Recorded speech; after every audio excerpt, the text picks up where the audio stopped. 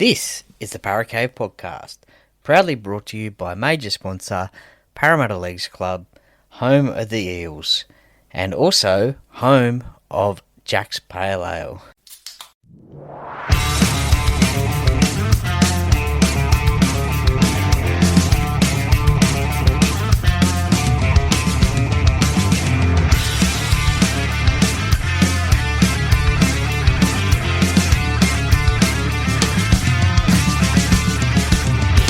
Welcome to another episode of the Paracave Podcast. And now over to your host, Troy Warner, broadcasting live from the world-famous Paracave.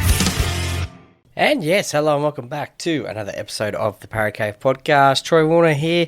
It is the NRL Round Review Podcast, and Round 16 is done and dusted. And look, it was 7 games this weekend with 3 teams having byes, the Bulldogs, Dragons and the Manly Sea Eagles. And it was after Origin number 2 as well, which unfortunately for myself and many other New South Wales fans was won by Queensland, 26 points to 24. So it is 1-1 in that series now. So Game 3 is on July 9 at Accor Stadium in Sydney, so that will be a cracker. Cannot wait for that one. Don't know if I'll be there at the moment or not, but certainly will be watching it nevertheless in one way or another. But look, it all kicked off on Friday. Now, just before the Friday, there was the under-19s men's and women's State of Origin as well. The New South Wales ladies won the women's Origin, and the Queensland men won the under-19s Queensland New South. I'm really sorry, Lloyd. Sorry, guys. I've been a little bit crook over the last couple of days, but the Queensland men won the under-19 State of Origin. So there was those two games on Thursday. So the first game kicked off on Friday was the West Tigers at home at Campbelltown Sports Stadium to the Raiders. They were taking on the Raiders, who had the bye the previous week, their first bye of the weekend of the year. Good attendance, 9,328. Cold conditions at Campbelltown, as you would come to expect. Now, look, this was a game of two halves, really, as is every rugby league game is, to be honest. But it was the Raiders who prevailed 16 points to 12, but it was 16-0 at half time, and the Tigers, they came back in the second half, and it was looking like they probably could have jagged this win, but the Raiders, they did seem to hang on. There was a couple of captain's challenges and the like. Joe Tarpany, he was pretty inspirational as a leader. He scored the first try of the game in the 13th minute, and also came up with a good couple of one-on-one tackles and also strips as well. Jed Stewart, the son of Ricky Stewart, Coach Ricky Stewart of the Raiders, he scored a try on debut, so congratulations to him as well. That is a magnificent effort, and funny thing was that I think this was round 16 2025 when Jed Stewart debuted and also scored a try, and I think it was round 16 in 1988 when Ricky Stewart debuted for the Canberra Raiders, and I think he also scored a try on that day as well. So a little bit of a coincidence there with the two Stewarts scoring on their debut in round number 16. Look, as I said, the Tigers came back in the second half. Alex Seyfarth and Stafford Toa scored tries in that second half. Adam Dewey converted both of them, and you just thought that potentially it was going to be go to Golden Point and then potentially a Golden Point game. But look, the completion rate of the Tigers really let them down, only 68% compared to the Raiders' 82%. When you drop that much ball and make those many errors, you make it very hard for yourself to win a rugby league game. So, look, they'll be working on that one. Look, Jerome Luai, he played in that Origin game and then only 2 days later was backing up again playing for the Tigers. So a huge effort from Jerome on that one. Hudson Young as well backed up, I think, for the Raiders as well. The next game on Friday night saw the Warriors take on... Sorry, that was Friday night, that game. Jeez, I'm really losing it today. Saturday, let's get it right. 3 games on the Saturday. Warriors v Panthers over there in New Zealand. Now, this one was won by the Panthers, 28 points to 18 over there in Auckland. A good crowd of 25,012 people, which is what you'd come to expect these days from the New Zealand fans. They really get behind their rugby league team over there, and they have done over the last couple of years as well, selling out every home game last year. I don't know how this year is going, but this was the Warriors taking on a depleted Panthers. Well, you could say a depleted Panthers because their 5 Origin stars didn't back up in this game, and that's probably fair enough because of the travel that they would have had to have done from Sydney to Perth to Sydney, Sydney to New Zealand. So the decision was made, and it was probably always planned that way anyway, that the Origin players wouldn't back up, and it would be the next man up mentality. A lot of young players in this side, like your Blaze Talangi, Tom Jenkins, Paul Alamotti as well, who would probably have to stand up in this game. Moses Leota was taking on his old front row forward partner in James Fisher-Harris, and geez, didn't they have a battle. The old premiership winning front rowers for the Panthers. They won 4 premierships together, and it was 4 premierships together at the Panthers, and it was the first time that they had played against each other, so they really went after each other. But as I said, it was Tom Jenkins, he scored a try, also took an intercept as well, played really well. Blaze Talangi, he scored a try as well. Paul Alamotti, Scott Sorensen, he got a double as well. So one of the more experienced players in this Panthers side. So look, you can just never underestimate the Panthers. They have started the season, they did start the season slow, but now they find themselves in 8th position on the ladder. So they are in the top 8. They've got a big game on this week against the Canterbury Bankstown Bulldogs at CommBank Stadium. So that will be a huge crowd there. That should be nearly 30,000 there. You would think the Panthers up against the Bulldogs. No doubt the Bulldogs fans will travel to that one. But the Warriors, look, this is a bit of a rude opportunity for them. I tipped them to win, and probably most other people probably did tip them to win as well. 8-6 at half time. It was still anybody's game, but unfortunately they couldn't get the victory on this occasion. And as I said, a missed opportunity for them to get this victory, and just they dropped the spot down to 4th spot. So the Storm overtook them with their win over the Bunnies, which is coming up a little bit later.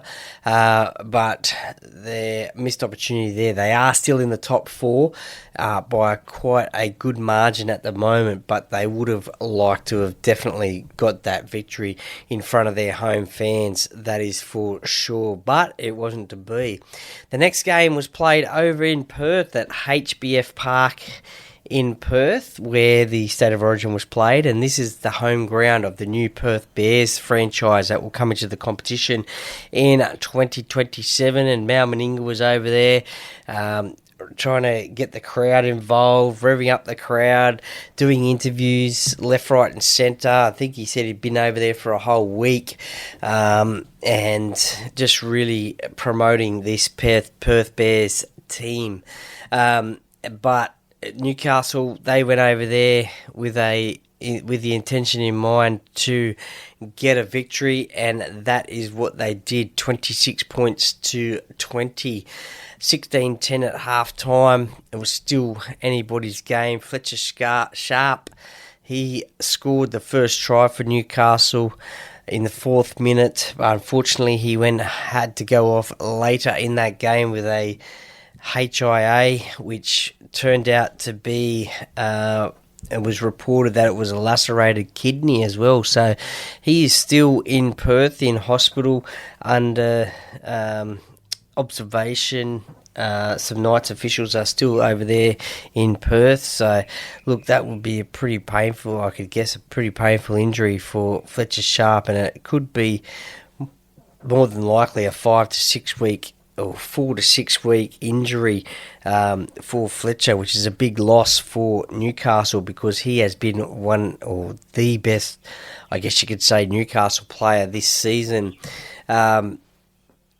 Bradman Best, he returned and he got a double, so he certainly, I guess, took a little bit of pressure off Kalen Ponga, and that combination probably came a little bit to the fore when just released a little pressure off Kalen Ponga, knowing that he had Bradman Best there, which probably made it a little bit easier for him, just another attacking weapon there. Dom Young, he scored a try on return back to the Newcastle Knights, a mid-season transfer from the Sydney Roosters.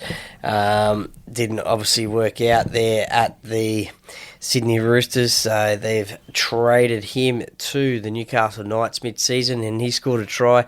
It was almost like he'd never left the place, to be honest. Just scoring a great try off a great ball from... It was a good backline play, and Dane Gagai, I think, threw the last pass to him, and Dom Young went over in the corner. So for the Dolphins, look, again, I tipped the Dolphins in this one. They had scored something like 150 points over the last 3 games, something ridiculous like that, put on big scores against their opposition, but... They had more possession in this game. They just couldn't cross the try line. Both sides had 82% completion rates, which is pretty outstanding. The Dolphins had about 2 minutes more of the ball in play.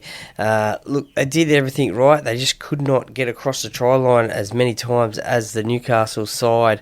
The Newcastle side dug deep and got the victory, so that will do them a load of good confidence-wise, and going into their game against the Raiders in the Beanie for Brain Cancer round, which is round number 17.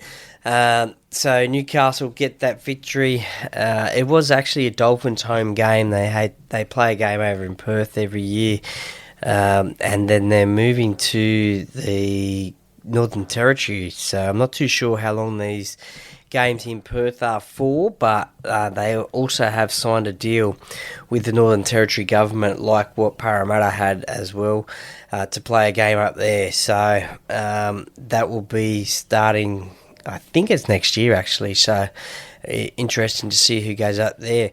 The last game on the Saturday, that was a cracker of a game. 25 points to 24, a win to the Melbourne Storm over the South Sydney Rabbitohs at Accor Stadium. 10,093 there. What a game. It was a golden point game. When Harry Grant just strolled over from dummy half in the 3rd minute to score a try, you thought, oh, well, here we go. That was too easy. And then Jerome Hughes scored a try in the 5th minute, so 2 minutes later he scored, and it was 12-0, I think, at one stage there.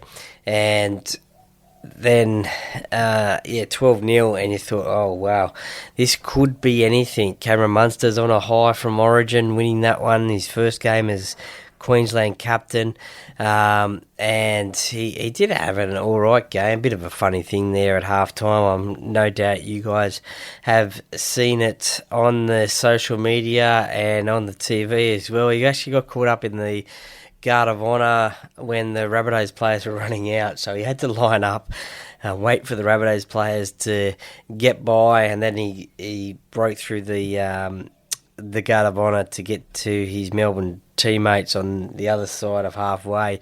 It was a funny thing. I actually thought being Cameron Munster, he might have put his hand out wanting some high fives from the South players, like the kids all do when the players run out. But he didn't do that one. Maybe a couple of years ago he might have, but it has probably matured a little bit, and he didn't do that this time. But I was waiting for it. But he didn't do that one. Alex Johnston. What a player. He scored 4 tries on this occasion. I think it was the first time someone has scored 4 tries against the Melbourne Storm. It was also the first time, I think, in about 60 years that a Rabbitohs player had scored 4 tries. Please, someone correct me if I'm wrong there. But it also makes him 7 tries. I think it's 6 tries to equal, 7 tries away to break Kenai Irvine's try-scoring record of 212. So he is getting closer. I have noticed on social media there is a petition to storm the field when he does break that record. And look, as an opposition fan, I would love for him to break it at a cool stadium. That would be so good. It probably it wouldn't be the same if you broke it at an away game. I don't think from a fan's point of view, I don't think it would be as good. But you just don't know when it's going to happen. I think there's a couple of games coming up for the Rabbitohs. Look, definitely this year it will happen. Definitely this year it will happen, so stay tuned for that one. Next week they've got the Dolphins up at Suncorp, and then they've got Manly at 4 Pines, then a bye, and then at CommBank Stadium they got the Panthers at CommBank Stadium, and then the Sharks at Gosford, and then the Broncos at Suncorp, and then the Titans at Gold Coast, and then finally Parramatta at Allianz Stadium. So not even a cool stadium. Allianz Stadium, the one they want to call their home ground, but the Roosters won't let them, the government won't let them. And then the week after that, round 25, they are back at Accor Stadium as a home ground, playing the Dragons. So look, it will definitely happen this year. Alex Johnston, if he stays fit and healthy, he will break that record. The question will be, when will it be? A lot of people are potentially tipping the Panthers game. I'm going to say it's going to be the Rabbitohs and Sharks up at Gosford. So, look, if you're a Rabbitohs fan, get up there to Gosford when that happens. I think it's going to be Gosford, round 21. I think that's when it's going to happen. But maybe you should put up a poll or something and see when everyone's thinking about that one. But I think it'll be round 21. Look, it could happen earlier. I mean, he scored 4 tries on the weekend. So he only needs 7 to break the record, 6 to equal it. So, he can definitely beat that record anytime soon. But look, Latrell Mitchell, he had a great game as well. Put on a great kick for Tyrone Munro to score in the 76th minute to get it to golden point. He had a chance at a 2-point field goal, I think it was, and you thought he hit it sweet, as he always does, but unfortunately he missed it. Ryan Pappenhausen kicked the winning field goal in the 83rd minute for the Melbourne Storm. So they got the victory, a very relieving victory, you could say, which jumps them up to 3rd place on the NRL ladder. Sunday afternoon football saw the first game, which was the Broncos taking on the Cronulla Sharks up at Suncorp Stadium. Now, wow, what a game this was. This was, when I said a game of 2 halves earlier, this certainly was a game of 2 halves. 22 points to 12 at half-time. The Cronulla Sharks, you thought, yep, They're coasting along. They're doing great. They're going to get this game. They're going to win it. They're going to take the 2 points away from Brisbane. But come that second half, the Broncos had other ideas and put on 22 points and ended up winning the game 34 points to 28. Good crowd, 39,042. Sunday afternoon football up at Suncorp Stadium. I think I read a stat where Brisbane, they have lost all their afternoon games this year. The Sharks, I think they've won most of their, if not all of their games this year in the afternoon. The Sharks probably went into the game as favourites, but the Broncos now have overtook them on the ladder to be in 5th spot. The Cronulla Sharks are in 6th spot. A disappointing loss for the Sharks, no doubt, but look, a relieving victory, I guess you could say, for the Brisbane Broncos. Sione Katoa got sin bin in the first half, about 10 seconds before half time, and look, it really was a silly little thing. I did manage to catch a little bit of a replay of what happened there, and he's basically made the tackle and then just basically stuck his arm out, and the dummy half at the time, I forget for Brisbane who it was, but actually he tripped him up. So it was a silly little brain snap that happened there. You just can't get away with that sort of stuff these days. So he spent 10 minutes in the sin bin, and you could say that was a bit of a turning point in the game. Fortunately for the Sharks, Blake Brayley scored a try whilst Katoa was off the field, so the Broncos didn't score a try whilst he was off the field. So that was a bit of relief. However, they did end up going to lose the game anyway, 6-5. So the Broncos, look, a little bit of pressure released from them. They had been struggling a little bit throughout the year. They had the bye last week, and then they had a win before that. So they're slowly sneaking the wins together and slowly creeping up that ladder after a bit of a rough patch in the sort of mid part of the season there. After a few losses, there was talk about Madge Maguire and his job at Brisbane, talk about players there as well. Reece Walsh is back. This was his second game back from injury, so he'll be even better for that run. 85% completion rate for the Broncos. Well, you are going to win football games with an over 80% completion rate. The Sharks only 75%. Possession was 50-50, so no excuses there. So, look, the Broncos, as I said, confidence win for them moving forward in this latter part of the season. The Roosters took on the Cowboys at Allianz Stadium. Now, I didn't catch much of this game as I was at Combank Stadium for the next game after this one, Parramatta versus Titans, but I did happen to catch a little bit here and there. It was an 8-2 win to the Roosters, 42 points to 8 against the Cowboys side, who are, wow, they are really struggling at the moment.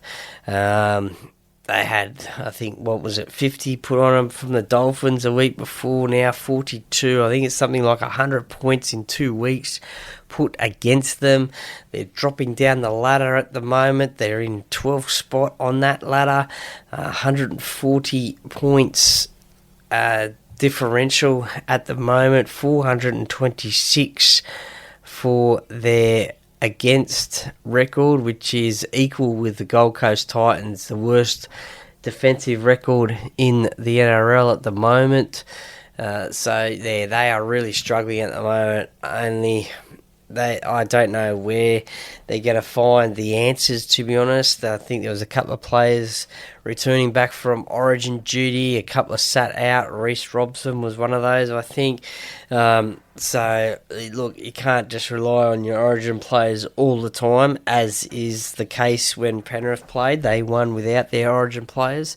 A lot of pressure, I guess, now on Todd Payten as well for his job. There was talk at the start of the year about whether he would be the first coach sacked.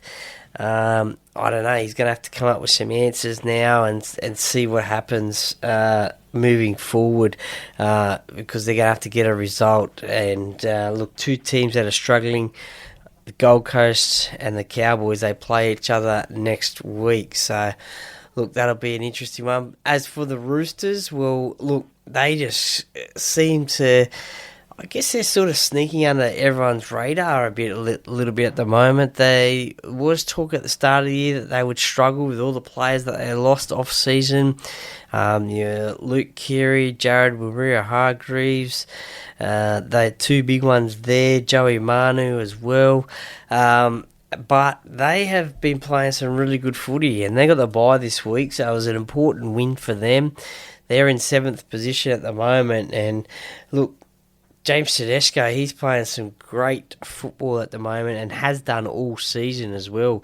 I had him in my New South Wales Origin team for game number 1, and look, I wouldn't be too surprised if he could be the Origin fullback for the decider in game number 3.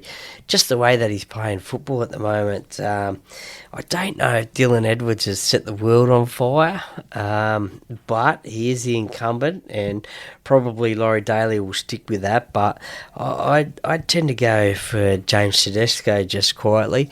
But he was certainly up there in the top of the Dally M's, I think, before it went behind closed doors. He was certainly right up there anyway.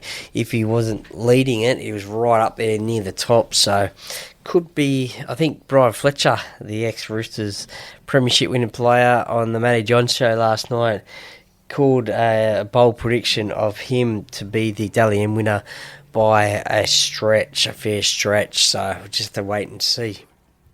As I mentioned, I was at CommBank Stadium for the last game of the round, which saw the Parramatta Eels take on the Gold Coast Titans.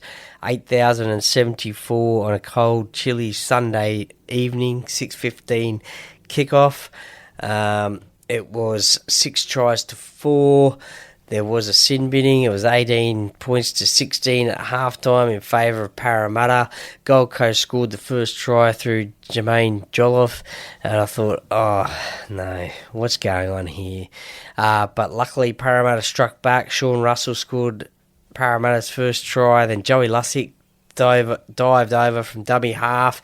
He got a recall into the team as well, a late call up, and as well as Charlie Geimer as well. He scored his first NRL try on last night against the Titans, basically just competing for the ball, and picked up the error. I think it was from AJ Brimson after he dropped a kick. Dean Hawkins, he was outstanding, I thought. He got himself a try as well, and just his kicking game was on song. He put the high kicks over for Zach Lomax to compete and catch, which actually led to Will Penasini's, I think it was second try. It could have been his first, I don't know. But Will scored 2 tries. He also copped a sin binning as well. He's looking at potentially 3 weeks on the sidelines, maybe 4 if he contests and loses a grade 2 dangerous throw tackle charge.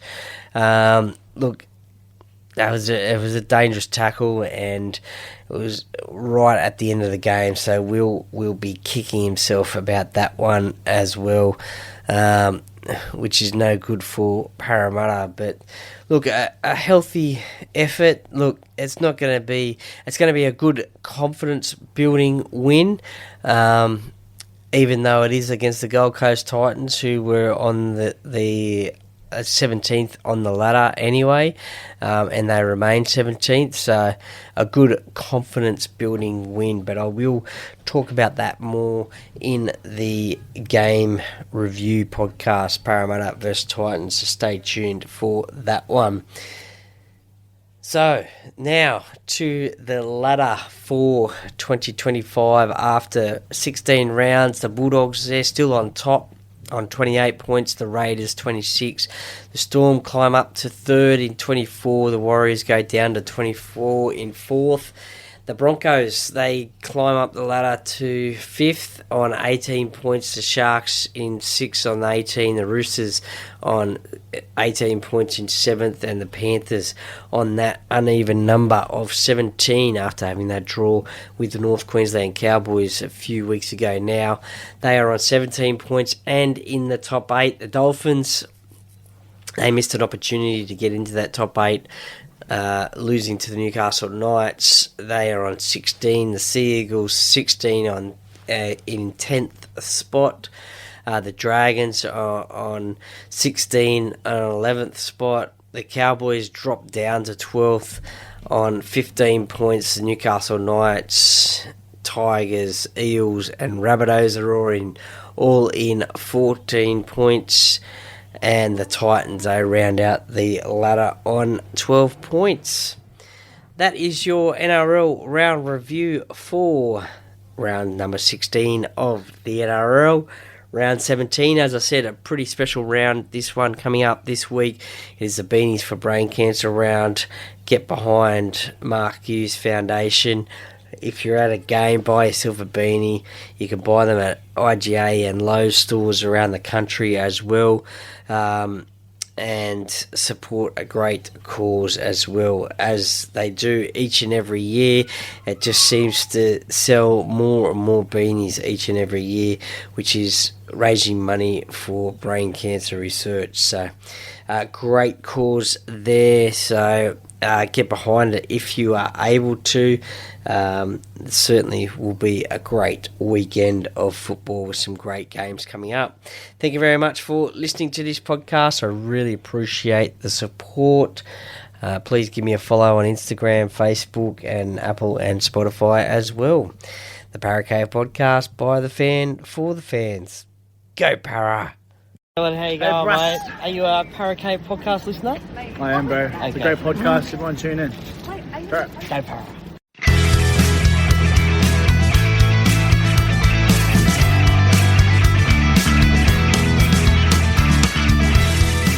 Thank you for listening to another episode of the Para Cave Podcast.